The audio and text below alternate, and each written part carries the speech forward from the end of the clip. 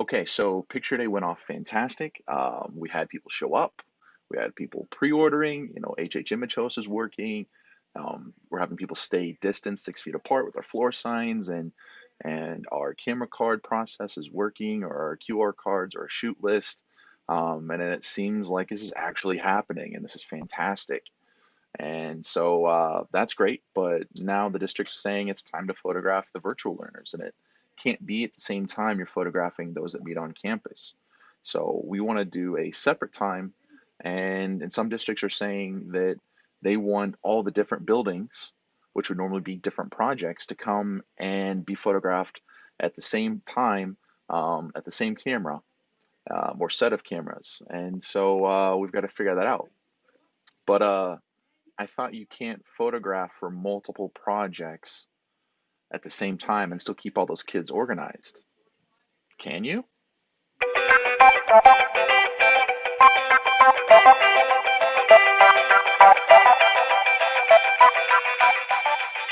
Well, busy, and that's a great thing. But what also is going on is we have a whole new elephant that we're having to swallow here, and that is how are we dealing with our virtual learners this year? That's not really been an issue in the past, right?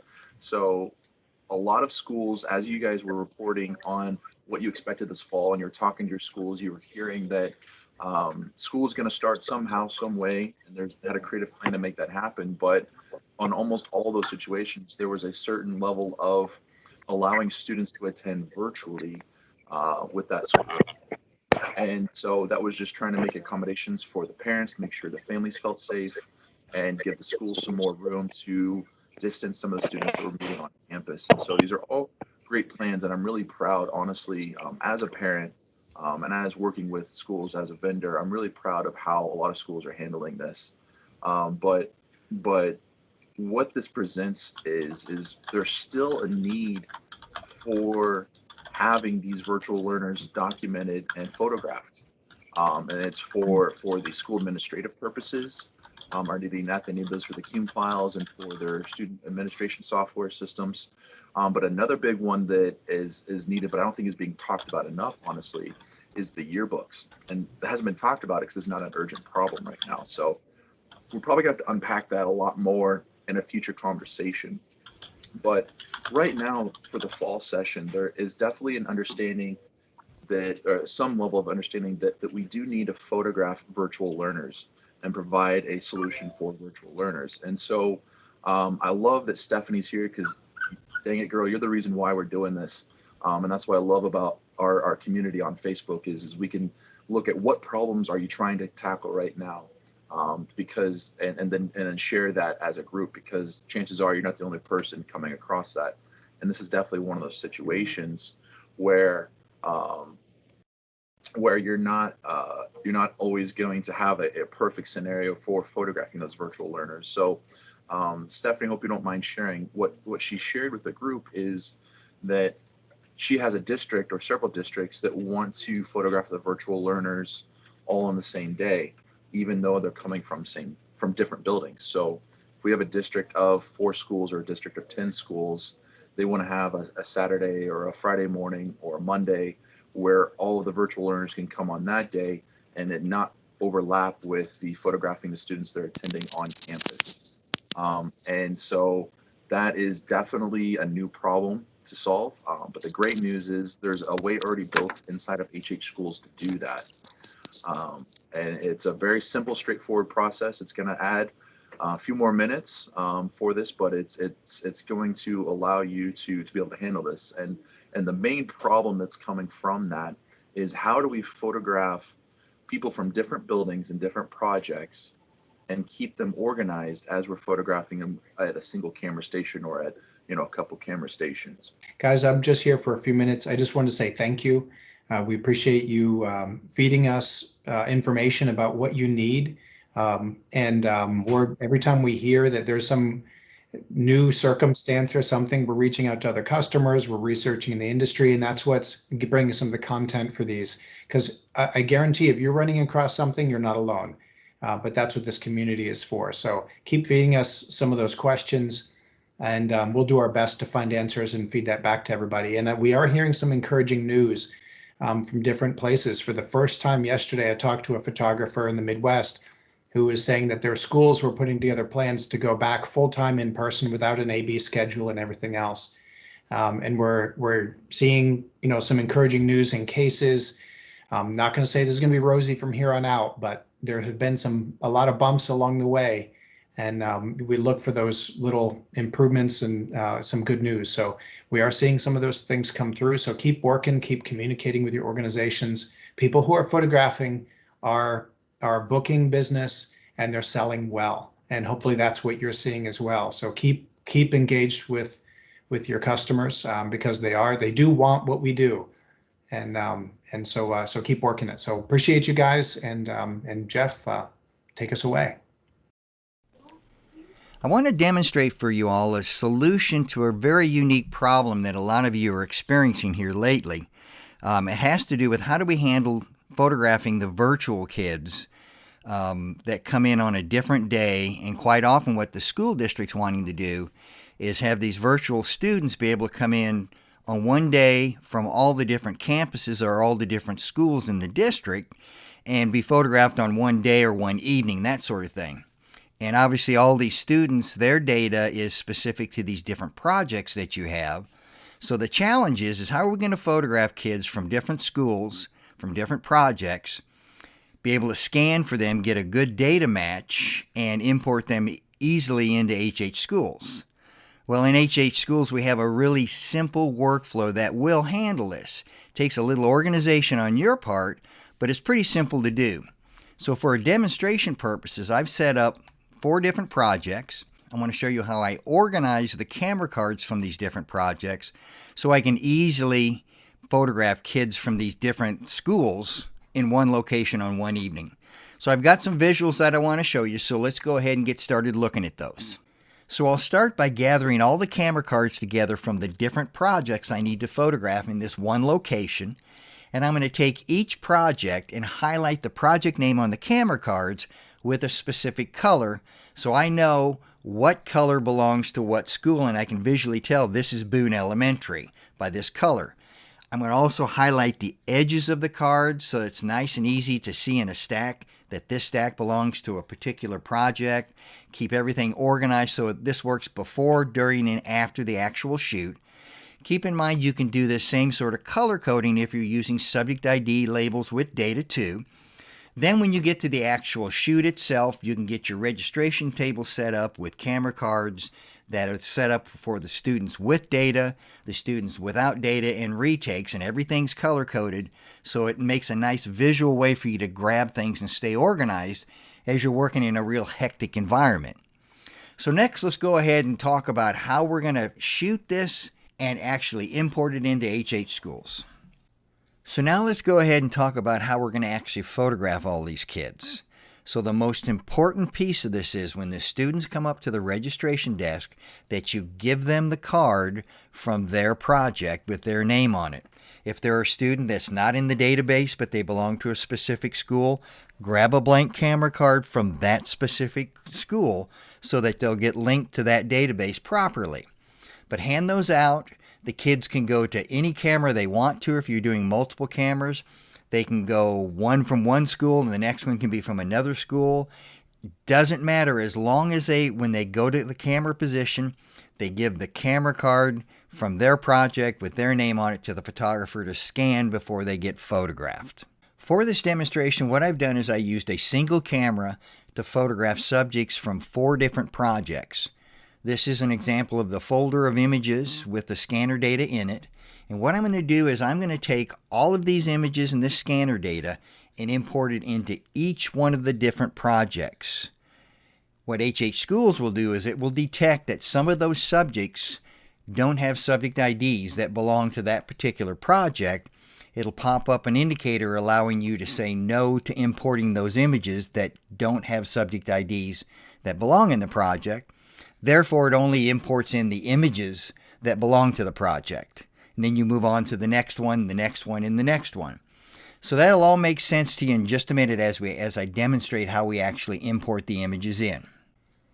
Okay, so let's start the imports. We'll select the very first project. Go to Project Import, camera name. Select all the images for the import. Select the downloaded scanner data file. Open and import. So we need to identify that this is the slate image. Now this is the message you want to pay close attention to. Found subject ID mismatches. It says there are 24 subject IDs in the scanner data that do not match the subject IDs in the project. Do you want to import the images that are associated with these subject IDs? No, we do not. This is where you want to pause for a second. All we need to do is just say no, and the images and scanner data that don't belong in this project will not be imported in. So we'll go ahead and say no.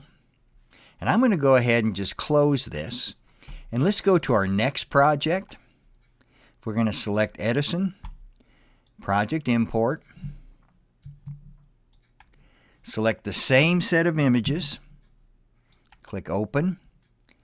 We'll select the exact same scanner data file. Open. Import. Okay, select our slate again. Same pop-up message about subject ID mismatches. We want to say no to importing the images in. And we'll go on throughout the rest of the other projects doing the exact same thing. Okay, so now I've finished importing the same set of images and scanner data into all 4 projects. Let's open up those projects and be sure that the right images and data got imported in properly. So here's our first one, which is Boone Elementary. You can see all of the cards have a yellow highlight on them. The way that I do this in my testing is I'll take a set of camera cards, I'll scan the subject ID on the camera card, then I'll photograph that camera card. That way it gives me a positive identification that the camera card and the data on it has the right data in the project, so I can see that things are matching up properly. Let's go ahead and take a set of these images and just open them up into the compare screen. To be sure that they're in the right project, we can see here that they're all Boone Elementary. We're in the Boone Elementary project. Everything looks good. The other thing you can do is actually go into your culling feature.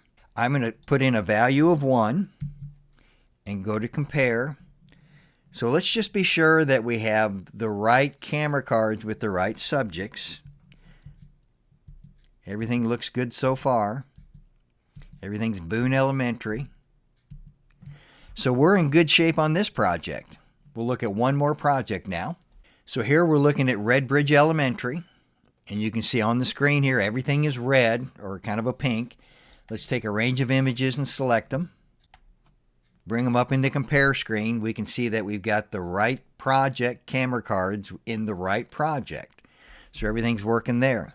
So as you can see, that's a real simple way for you to be able to take and photograph kids from multiple schools in one location. The key thing is to have camera cards for every project there and get the right camera card to the right student so that they can get imported into the project correctly. In its simplest form, the main thing you have to do is you just want to give the kids their right camera card to the right project. And the other thing too, let me emphasize also, is when it comes to the blank camera cards, be sure they get a blank camera card that belongs to their project so that we can import that data and those images into that particular project. So you can't just use blank camera cards willy-nilly, that sort of thing. All right. So to read back, have the cards organized by school at the reception desk, as well as appropriate blank ID cards at the desk, and then just accept that and photograph them in sequence. And then when you go back to import, you'll go and import all of the images one project at a time. And whenever it asks what to do with the subject IDs not in the project, you click no, and then just repeat for each project. Yeah, is that pretty straightforward. All right. Yeah, and I think something that's really important that you brought up right there at the end is the blank ID cards. The camera cards or the labels are supposed to be project specific. So you can't use one from school 1 and expect it to work on school 4. It's going to flag that as a subject ID that does not belong to this project. And so it won't import that, just like it didn't import the others. Correct. That's an important step that I think some folks, if they miss that, could miss a few students. So pretty straightforward.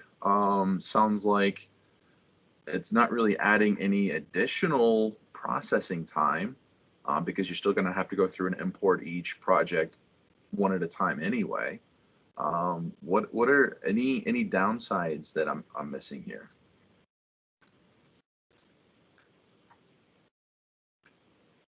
All right. Well, let's open this up for some Q&A. First of all, Stephanie, if you're here with us, I know you had some microphone issues earlier. Does that answer your question? That's the most important one I want to ask. And if you can't talk, you can type it in the chat. Mostly yes, more typing. All right, or typing more. All right, so as Stephanie adds a couple of clarifying questions, what other questions do you all have? Oh, here we go. Stephanie says, what would be easiest to validate? That all on a camera card ring made it into each project? Jeff, can you answer that? Okay, yeah. So Stephanie, one of the things that I did when I tested this is, okay, so I had 4 projects. I think I photographed a total of 32 subjects. And I kept track of the number of images that successfully matched each project. So each camera was like a makeup, MU. So I recorded that there were 10 subjects in the first one, and those 10 subjects were a total of, let's say, 18 images. And so all 4 projects, I kept track of those numbers. And then what I did at the end is I added all that up and I verified that I imported in from this one particular camera a total of, let's say, 75 images. And then I counted my camera cards and I verified that I had a total of, let's say, 50 camera cards. That way I know all the projects that I was involved with, I got all my subjects were imported in, and the total number of images across all 4 projects matched the total number of images that were in the import folder. Does that make sense? So this import confirmation screen that most of us just click right on through is going to be an important stopping point to count and verify that the 14 files imported is an accurate number. At least record that so you can verify it later. And Sean, actually what I did is I used the actual number of images that were in that camera import in the project. It made more sense to me to do it that way. Mm-hmm. So when I went in on the status bar at the bottom of your screen, I looked, and it's, when I filtered to just my makeup day camera, it showed me that there were 9 subjects with a total of 13 images. And I just recorded those numbers, and I did that throughout the entire set of imports and verified that the number of subjects matched the number of camera cards, and the number of images matched the total number of the images from the import folder. But keep in mind, you also have to remember that you've got a sync slate that comes in there. That's not a subject image, that sort of thing. So, but that's a good way to kind of verify that you did get everything into the project. Great question, Stephanie. What else?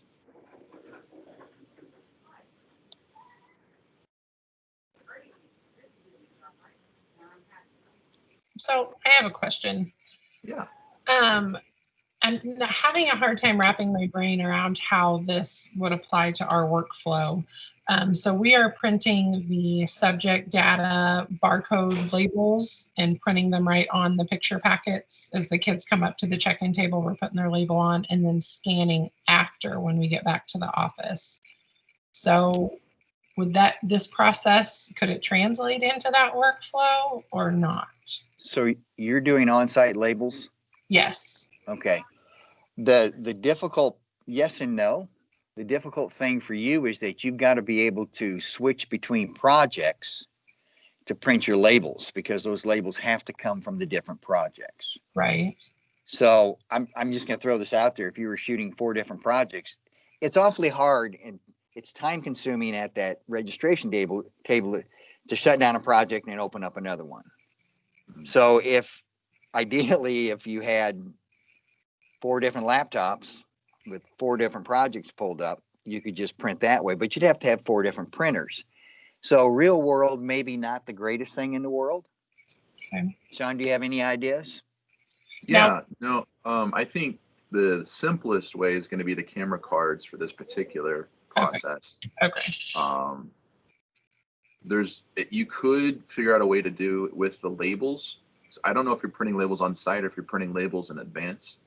But it's still there's gonna be a lot more checking you're gonna have to do if you're using the label system. You'd almost have to do labels in advance. We did do labels in advance. We did a virtual night last week with one of our schools where we had 4 buildings coming, 4 different schools coming on one virtual night. And so I pre-printed my labels and had them all in their individual stacks.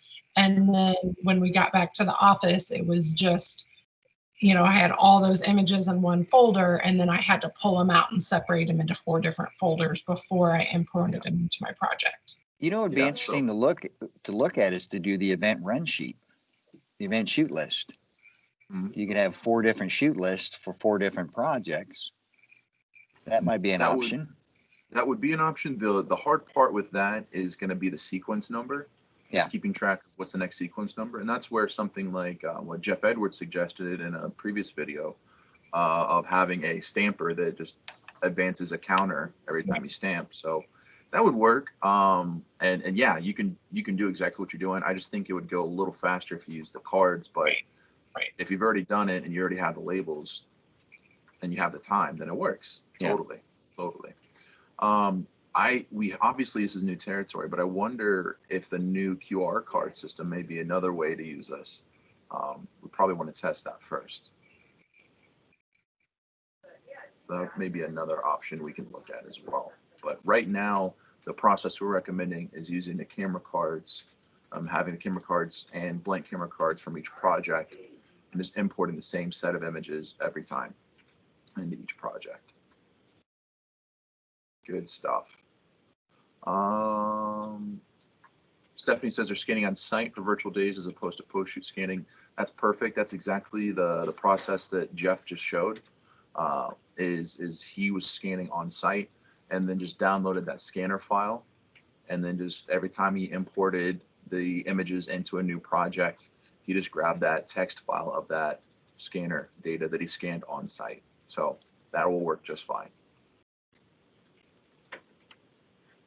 Excellent. All right. Well, yeah, I feel like we did the big ta-da, and everyone goes, wow, that's really not so hard after all, which is a good thing. It's a good thing, but I'm just looking for the big mic drop moment. So we'll figure that out. The important thing is we've got a process that we can go to the schools and confidently say, yes, we can take care of you. That's what we need to do. As always, if you have any questions, give us a call. Our team's always here on standby and happy to help you work through these kind of problems. And please continue to share what's going on in your world in our close Facebook group so that we can stay up to date and see what you guys are doing and see what problems you're encountering and what successes you guys are finding out. I mean, if you're photographing a school 2400, dang it, that's awesome. You should share that. But we're just happy to see you all, happy to help, and let's stay active and let's stay communicating so that we can thrive this fall.